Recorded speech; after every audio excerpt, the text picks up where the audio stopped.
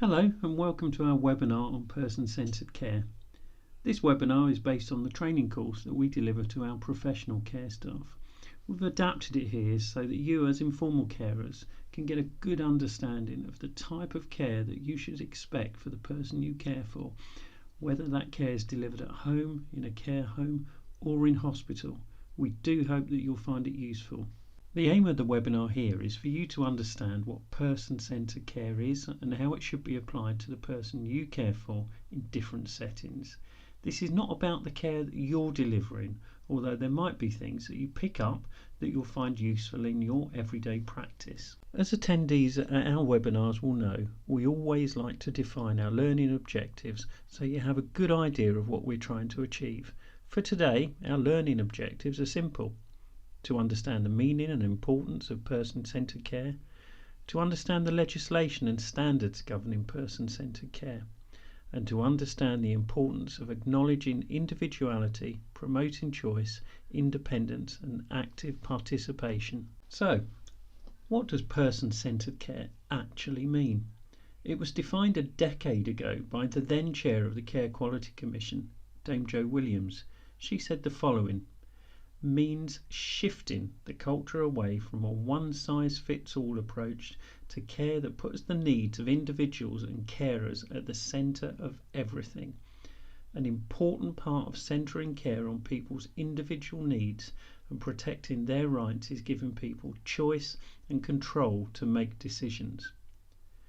When accessing services or care, wherever they are, the person that you care for should expect to be treated as an individual. Person-centred care means the following: that the individual is the expert on their own care, that the focus shifts from disability to capability. It's about what the person can do rather than what they cannot do. That outcomes become focused on quality of life, and that diversity, rights and choices are respected. Again, we need to focus on what a person can do rather than what they cannot. Everyone has the right to plan their own lives to achieve a life that is personally meaningful and satisfying. Everyone has talents and strengths that they should be able or enabled to develop. Professional caregivers should be focused on what the person who is being cared for prefers. They should be asking the individual about their preferences. They should be looking at and understanding any care plan. They should be speaking to family and friends and people like yourself. They should be reading any professional reports, such as from a GP or a district nurse.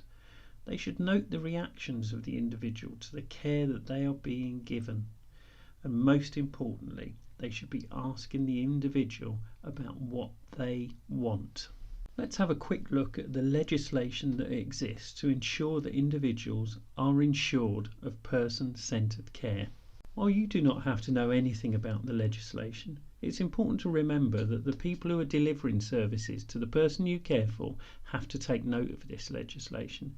In particular, the Care Act of 2014, the Equality Act of 2010, the Mental Capacity Act of 2005, and the Health and Social Care Act of 2008. There are also clear standards that should be met.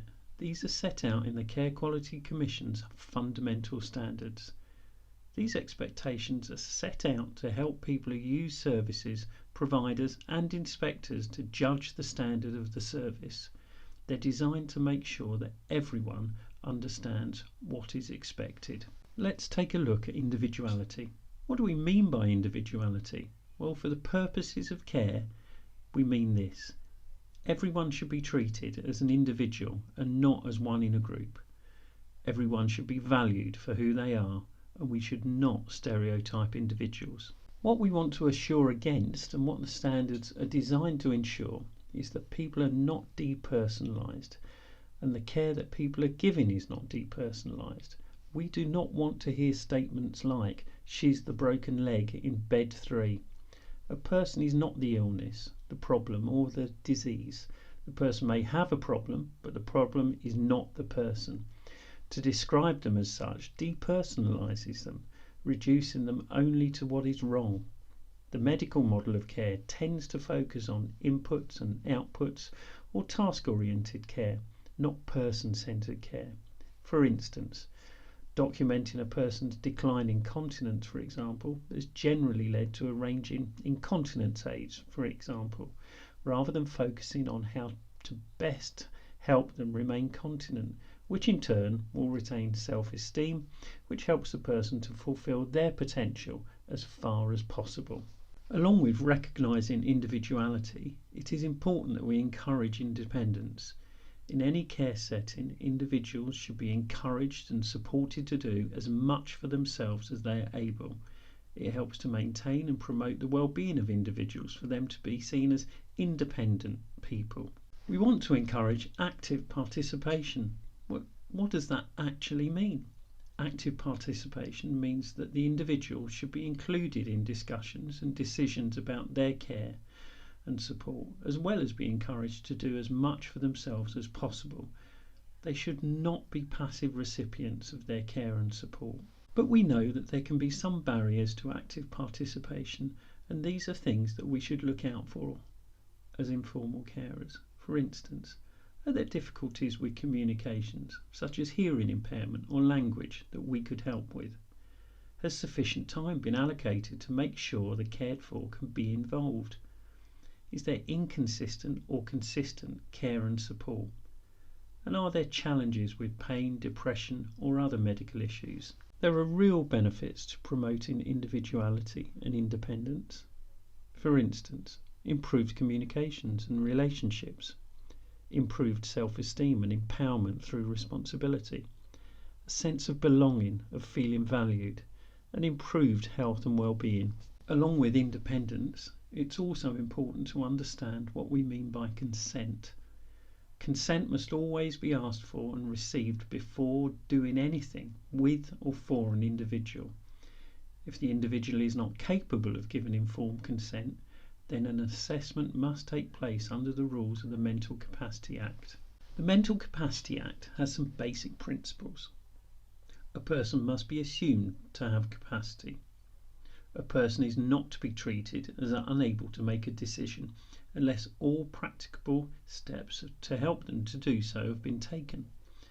A person making an unwise decision is not to be assumed to be lacking capacity. An act done or decision made must be done or made in a person's best interests. Can the purpose be achieved in a way that is less restrictive of the person's rights and freedom of action? That's a question that always has to be asked. People who are cared for and receive care services also have basic rights. The right to choose the service they receive, the right to feel safe, the right to choose whether to take medicine or receive treatment, the right to complain, and all of these rights are upheld by the Human Rights Act of 1998. As well as rights, people also have choice. They need information so that they can make an informed choice. They need real choices about what service to receive or whether to take their medicines. They have the choice to take risks. We should always be aware of how our body language and tone impacts on choice. For example, if you were giving someone the choice of two jumpers, when you hold up the one you like, you'd smile and speak in a higher, lighter tone. When you hold up the one you don't like, you might shake your head and use a lower, heavier tone. When looking at choice, there are a few things that are important. Care must be taken not to influence the choices of individuals. Staff should be aware of their own preferences and views, and staff should be aware of how they can inadvertently communicate their own choices. Let's have a look at privacy, dignity, and respect. Privacy can be described as a state of not being watched or disturbed by others. Dignity can be described as worthy of respect, sense of pride in oneself. Respect can be described as consideration for the feelings and rights of others. But what does that mean in practice? Well, knocking on doors and being invited to come in, leaving individuals alone if that is their wish, not opening and reading an individual's post, and acknowledging the presence of individuals. There may be barriers to delivering person-centred care and support.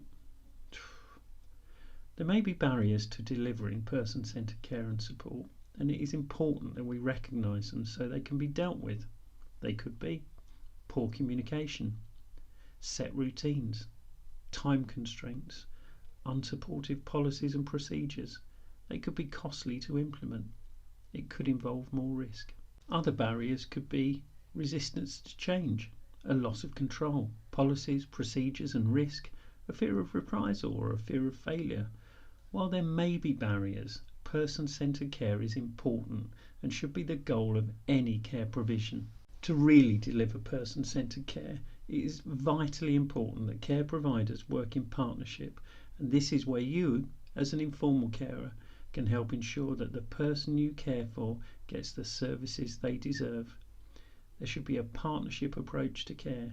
A partnership should include family, friends and advocates, the GP and other medical professionals, physiotherapists, occupational therapists, even the pharmacist. Here are some person-centred approaches. Reporting back that the individual prefers their tea milky, that they like to sleep with the light on, they prefer to sit by the window in the dining room, they find it difficult to read normal print. Remember these person-centred approaches: active participation, communication, consent, respect, dignity and privacy. And most of all, remember, it's all about the individual. Thank you for listening to our webinar on person-centred care.